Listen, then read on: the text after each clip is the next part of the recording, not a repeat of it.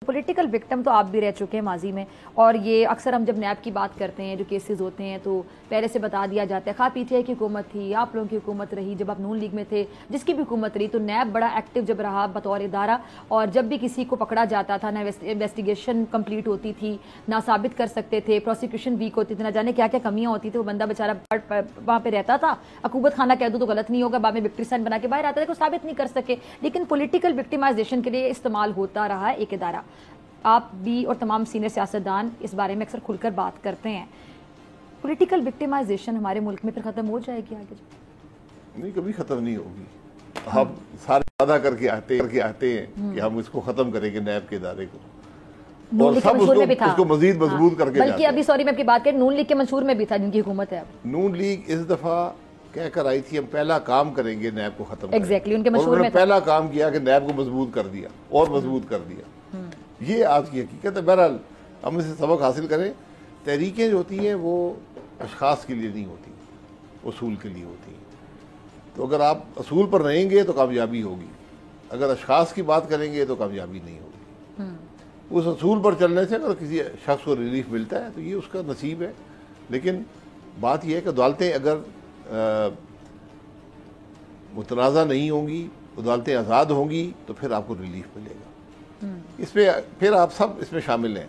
हम सब ने उल्टे सीधे जज भी लगाए हैं, उल्टे सीधे कानून भी पास किए हैं, उल्टे सीधे फैसले भी जजों से लिए हैं। तो आज शिकायत करने की गुंजाइश ज़रा कम है। तो आज सबक ये हासिल कर लें कि हमने मामले को दुरुस्त करना है, हमने सब मज़ीद मुतनाज़ा नहीं बनना। अच्छा, आपने अब्बासी साहब ये चीज़ नोटिस की होगी कि कुछ अरसे से माहौल ऐसा बना हुआ है कि सारा जो एक हमारी सियासत का महवर है वो अदलिया ही बनी हुई है।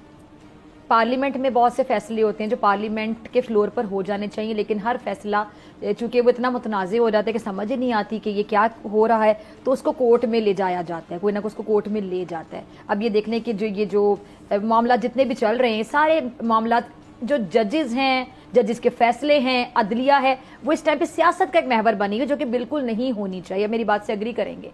तो हम किस तरफ जा रहे हैं, कि इंप्रेशन क्या जा रहा है ये? फिर जजेस को मुतनाज़ या तो बना दिया जाता है, ये तुम्हारी साइड का जज है, वो हमारी साइड का जज है।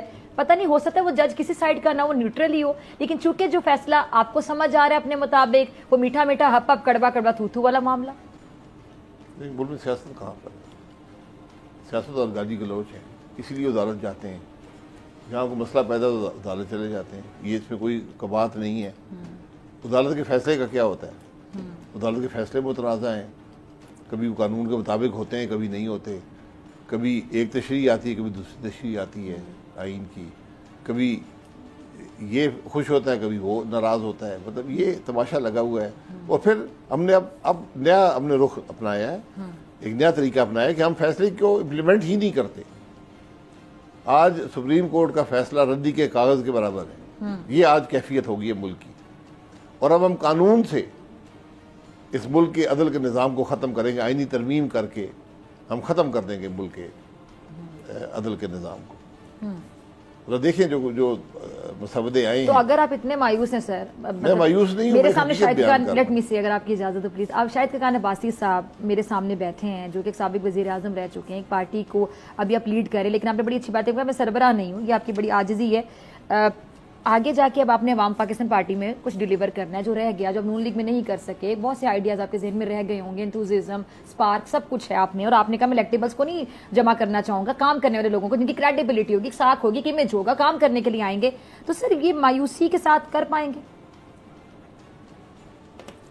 मतलब मायूसी क्या होती है? हकीकत बयान करना मायूसी होती है। लेकिन फिर चेंजेस कैसे करेंगे, मुझे बताएं। ये इतनी इस पूरी सिस्टम को चेंज कैसे किया जाएगा? चलिए ये सवाल मैं इस तरह पूछ लेती हूँ। पहले खराबी का बयान करेंगे तो चेंज करेंगे। पहले बीमारी अगर आपको खराबी का इल्म ही ना हो कि खराबी है क्या। आज हमारी हुकूमत ये समझती है कि हम ये अमेंडमेंट आइन को तरमीम करके हम अदलिया पे कब्जा कर लेंगे। ठीक है, ये उनकी सोच है। मैं ये कह रहा हूँ कि ये तबाही का रास्ता है। इस रास्ते पर अब चलेंगे, अदल का निज़ाम मुल्क में ख़त्म हो जाएगा। ये आइन की खुल्ला जो आइन की रूह है उसकी खिलाफ वर्जी है। इसका मुकाबला करने की ज़रूरत है। अब जो एतराज़ हसन साहब कह बात कह रहे थे कि वकला इस बात पर उठ खड़े होंगे। मुझे उम्मीद है जज भी उठ खड़े हों। जी मतलब आप कह रहे हैं उस तहरीक में जजेस भी शामिल हो जाएं? जी, तहरीक जजेस अपने फैसलों से तहरीक लड़ते हैं, उनके पास इख्तियार है, सो मोटो इख्तियार है। वो किसी वक्त भी किसी कानून के, उन्होंने स्ट्राइक डाउन किए हैं कानून, उन्होंने सस्पेंड किए हैं कानून। तो अगर एक आइनी तरमीम जो आइन की रूह से मुतसादिम हो, उसको पार्लियामान उसको नहीं बना सकता। ये बड़ी वाज़े हकीकत है, जिसको हम माने या ना माने, जो पार्लियामेंट की सॉवरेनिटी है उस पर भी हदूद है। सब्सक्राइब करें और बेल दबाएं ताकि कोई खबर रह न जाए।